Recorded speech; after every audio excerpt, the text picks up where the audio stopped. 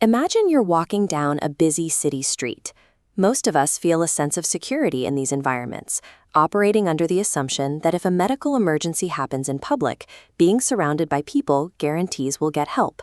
But then the baseline breaks. A person collapses onto the pavement. It's a sudden crisis, yet the surrounding legs just keep moving. Dozens of people witness the event. You see them glance over, slow their pace, and then keep walking. Despite the clear need for intervention, no one moves to help. It's common to label a crowd like this as apathetic or cold-hearted, but the reality of why they aren't moving has nothing to do with their character or a lack of empathy. This graph illustrates the bystander effect.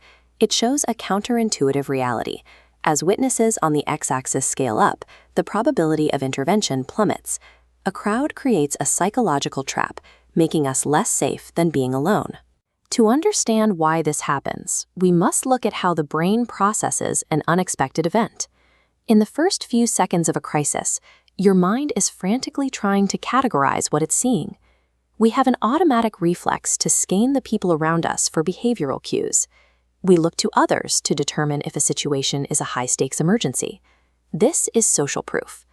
This schematic shows the flaw. A single node pulses, sending sight lines to check surrounding people. If they look calm, the brain concludes it's not an emergency. But everyone performs this check simultaneously. Searching for a signal no one gives, the group enters systemic gridlock. Our instinct to look to the group for guidance ends up blinding every individual in that group to the danger right in front of them. Even if a bystander realizes something is wrong, a second mechanism begins running in the background, a subconscious calculation of personal accountability. If you're the only witness, you hold 100% of the responsibility to act. But with 50 people present, that heavy burden instantly shatters, distributing across the crowd until each feels a tiny fraction. This is the diffusion of responsibility. This leads to a dangerous internal monologue. You tell yourself that someone else is probably more qualified to help, or that someone else has already called for an ambulance. When you look to others for cues, while simultaneously shedding your own sense of duty, the result is total paralysis. While the bystander effect is a powerful psychological pattern, it is also predictable. This means there is a specific way to stop the cycle and trigger action. In a moment of panic, most victims shout a general plea to the entire street, yelling, "Somebody help!" This undirected cry actually makes the situation worse.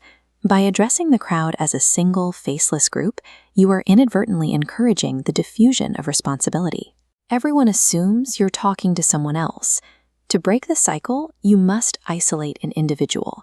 You need to point directly at one specific person in the crowd, like the man in the blue shirt, and look them in the eye. Then you give a clear, direct command.